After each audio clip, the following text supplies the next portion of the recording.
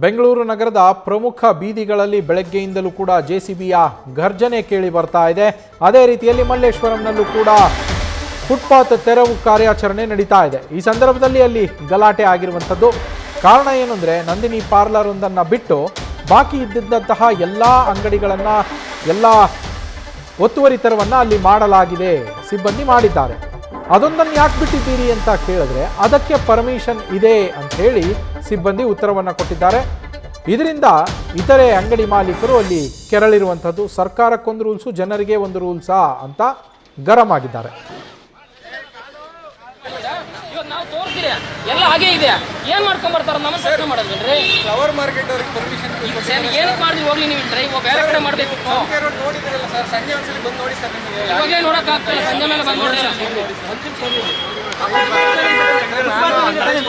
ಇಷ್ಟೆಲ್ಲ ಮಾತಾಡ್ತಿರಲ್ಲ, ಒಂದ್ ನಿಮಿಷ ಇಷ್ಟೆಲ್ಲ ಮಾತಾಡ್ತಾ ಇದ್ರಲ್ಲ, ನಿಮಗೆ ಬೈಟ್ ಕೊಡಕ್ ಪರ್ಮಿಷನ್ ಏನ್ ಬೈಟ್ ಕೊಡ್ಬೇಡ ಮಾರಾಯ.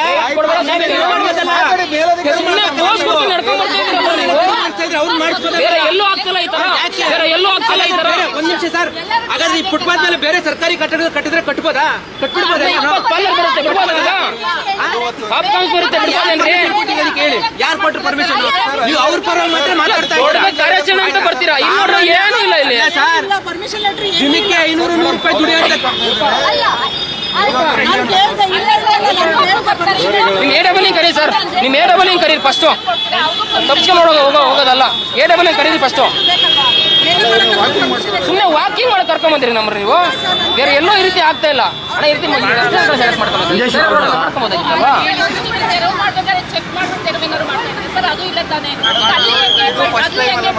ಹೆಚ್ಚು ಕಡಿಮೆ ಒಂದು 50 ಸಲ ಮಾಡಿದ್ದೀವಿ ಮೇಡಮ್. 51ನೇ ಸಲ ನೀವು ಬಂದಿದ್ದೀರಾ, ಓಕೆನಾ? ಯಾವ ಬಂದಿಲ್ಲ, ನಾವು ಇವಾಗ ನೋಡಿರೋದಕ್ಕೆ ಅದಕ್ಕೆ ಕೇಳ್ತಾ ಇರೋದು. ನಾನು ನಿಮಗೆ ಫೋಟೋ ನೋಡಿದ್ದೆ. ರೂಲ್ಸ್ ಮಾಡಿದೀರಾ? ನಂದಿನಿಗೆ ಬಿಟ್ಕೊಡ್ತೀರಿ, ಅಪ್ಪ ಬಿಟ್ಕೊಡ್ತೀರಿ ಅಂತ ಯಾರು ಆಡ್ಕೊಂಡು ಹೋಗ್ತಾರ ಫುಟ್ಪಾತಲ್ಲಿ? ಇದು ಜನ ಚಿಮಾರಿ ಆಗ್ತಾರೆ ನಿಜವಾಗ್ಲೂ. ಆಯ್ತು, ನಂದಿನಿ ಬಂದ್ರೆ ಆಡ್ಕೊಂಡು ಹೋಗ್ತಾರೇನ್ರಿ? ನಂದಿನಿ ಬಂದ್ರೆ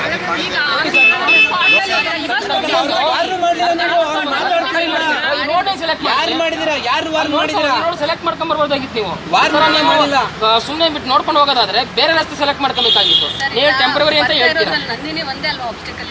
5 ಅಂಗಡಿಗಳು ತರಕಾರಿ ಹೌದು, ಮತ್ತೆ ರೋಡ್ ಸೆಲೆಕ್ಟ್ ಮಾಡಿದ್ರೆ ಕಾರ್ಯಾಚರಣೆಗೋಸ್ಕರ ರಸ್ತೆ ಹೆಂಗೆ ಆಯ್ಕೆ ಮಾಡಿದ್ರೆ ಗೊತ್ತು ಮೇಡಮ್. ಆಗಿದ್ಮೇಲೆ ನೀವು ಕಾರ್ಯಾಚರಣೆ ಅಂತ ಈ ರಸ್ತೆ ಸೆಲೆಕ್ಟ್ ಮಾಡಿದ್ರಿ.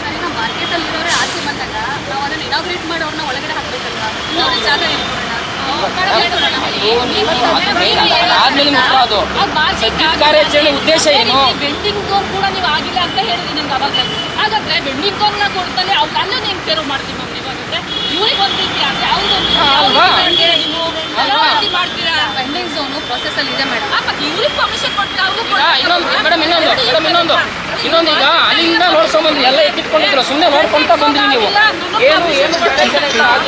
ಅವ್ರವ್ರೆ ಎತ್ತಿಟ್ಕೊಂಡಿದ್ರು, ನೀವು ನೋಡಿದ್ರಿ, ನಾವು ನೋಡ್ಕೊಂಡ್ ಬಂದಿದ್ರಿ. ಆವಾಗ ಜಸ್ಟ್ ವಾಕಿಂಗ್ ಸರ್.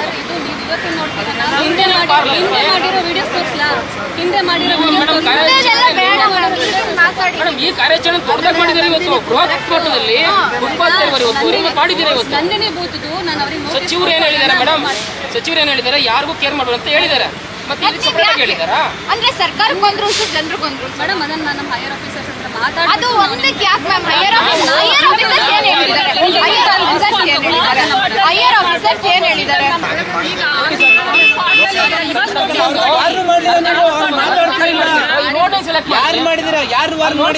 ಸೆಲೆಕ್ಟ್ ಮಾಡ್ಕೊಂಡ್ ಬರ್ಬೋದಾಗಿತ್ತು. ನೀವು ಸುಮ್ಮನೆ ಬಿಟ್ಟು ನೋಡ್ಕೊಂಡು ಹೋಗೋದಾದ್ರೆ ಬೇರೆ ರಸ್ತೆ ಸೆಲೆಕ್ಟ್ ಮಾಡ್ಕೋಬೇಕಾಗಿತ್ತು. ನೀವು ಟೆಂಪರರಿ ಅಂತ ಹೇಳ್ತೀರಾ.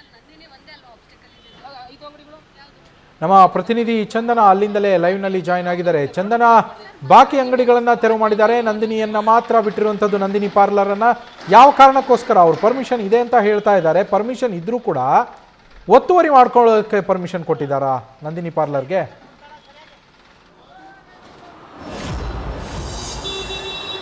ಎಕ್ಸಾಕ್ಟ್ಲಿ ನವೀನ್, ಸದ್ಯ ಈಗ ನಾನು ಮಲ್ಲೇಶ್ವರಂನ 11th ಕ್ರಾಸ್ ನಲ್ಲಿ ಇದ್ದೀನಿ. ಮಲ್ಲೇಶ್ವರಂನ 8ನೇ ಕ್ರಾಸ್ ನಿಂದ 12ನೇ ಕ್ರಾಸ್ ವರೆಗೂ ತೆರವು ಮಾಡ್ತೀವಿ ಅಂತ ಇವತ್ತು ಜಿಬಿಯ ಅಧಿಕಾರಿಗಳು ಒಂದು ಟೈಮ್ ಟೇಬಲ್ ಅನ್ನ ಫಿಕ್ಸ್ ಮಾಡಿದ್ರು. ಸರಿಯಾಗಿ 1 ಗಂಟೆಗೆ ತೆರವು ಕಾರ್ಯಾಚರಣೆ ಶುರುವಾಗುತ್ತೆ. ಮಲ್ಲೇಶ್ವರಂ 11th ಕ್ರಾಸ್ ಅಲ್ಲಿ ತೆರವು ಕಾರ್ಯಾಚರಣೆ ಎಷ್ಟು ಅದ್ಭುತವಾಗಿ ಮಾಡಿದ್ದಾರೆ ಅಂತ ದೃಶ್ಯಗಳ ಸಮೇತ ತೋರಿಸ್ತಾ ಹೋಗ್ತೀನಿ. ಅಂದ್ರೆ ಈಗಷ್ಟೇ ಇದೇ ದಾರಿಯಲ್ಲಿ ಜಿಬಿಎ ಅಧಿಕಾರಿಗಳು ತೆರವನ್ನ ಮಾಡ್ಕೊಂಡು ಹೋದ್ರು.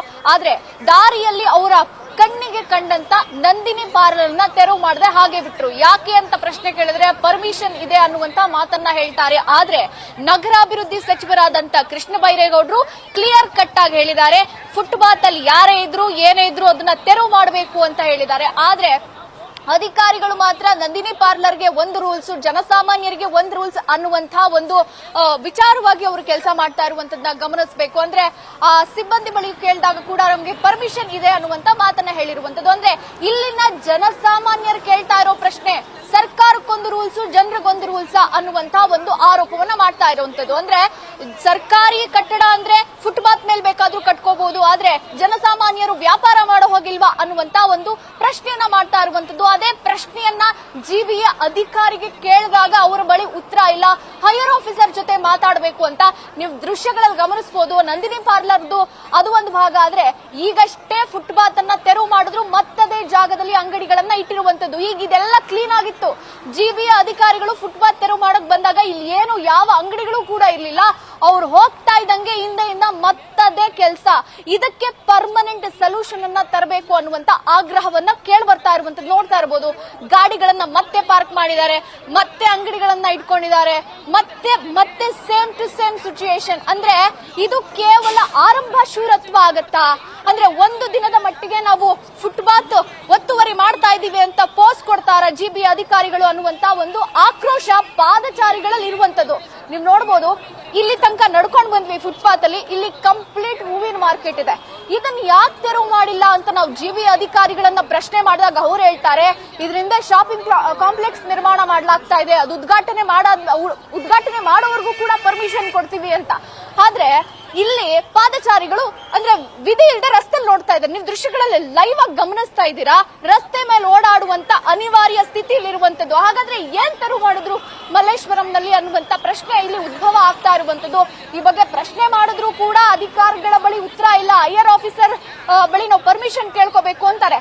ಆದ್ರೆ ಸಚಿವರು ಹೇಳೋದು ಯಾರಿಗೂ ಕೂಡ ಕೇರ್ ಮಾಡಬೇಡಿ, ಫುಟ್ಪಾತ್ ಅಲ್ಲಿ ಏನೇ ಇದ್ರು ತೆರವು ಮಾಡಿ ಅಂತ ಖಡಾಖಂಡಿತವಾಗಿ ಸೂಚನೆ ಕೊಟ್ಟಿದ್ದಾರೆ. ಸಚಿವರ ಮಾತಿಗೂ ಕೂಡ ಅಧಿಕಾರಿಗಳು ಕಿಮ್ಮತ್ತನ್ನ ಕೊಡ್ತಾ ಇಲ್ಲ ಅನ್ನುವಂತ ಆರೋಪ ಇಲ್ಲಿನ ನಾಗರಿಕರು ಮಾಡ್ತಾ ಇರಬಹುದಂತೂ. ಅಂದ್ರೆ ಒಟ್ಟಾರೆಯಾಗಿ ಇವರು ಕೇವಲ ಒಂದು ಆರಂಭ ಶೂರತ್ವ ಆಗತ್ತೆ ಅನ್ನುವಂತ ಒಂದು ಆರೋಪವನ್ನ ನಾಗರಿಕರು ಮಾಡ್ತಾ ಇರುವಂತದ್ದು.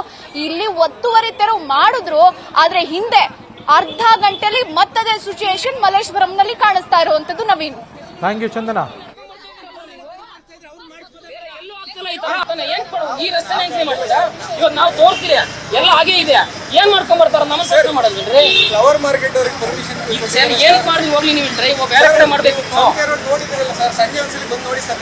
ನಿಮಗೆ ಇವಾಗ ನೋಡಕ್ ಆಗ್ತಿಲ್ಲ, ಸಂಜೆ ಮೇಲೆ ಬಂದ್ ನೋಡಿ. ಇಷ್ಟೆಲ್ಲ ಮಾತಾಡ್ತಿರಲ್ಲ, ಒಂದ್ ನಿಮಿಷ ಇಷ್ಟೆಲ್ಲ ಮಾತಾಡ್ತಾ ಇದ್ರಲ್ಲ, ನಿಮ್ಗೆ ಬೈಟ್ ಕೊಡಕ್ ಪರ್ಮಿಷನ್ ಏನ್ ಬೈಟ್ ಕೊಡ್ಬೇಡ ಮಾರ.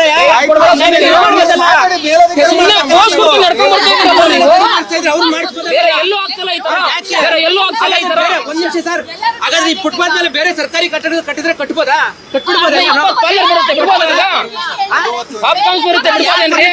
ಕೇಳಿ ಯಾರು ಕೊಟ್ಟರು ಪರ್ಮಿಷನ್? ನೀವು ಅವ್ರ ಪರವಾಗಿ ಮಾತ್ರ ಮಾತಾಡ್ತಾ ಕಾರ್ಯಾಚರಣೆ ಅಂತ ಬರ್ತೀರಾ? ಏನೂ ಇಲ್ಲ ಇಲ್ಲಿ ಸರ್. ದಿನಕ್ಕೆ 500-100 ರೂಪಾಯಿ ದುಡಿಯೋದು.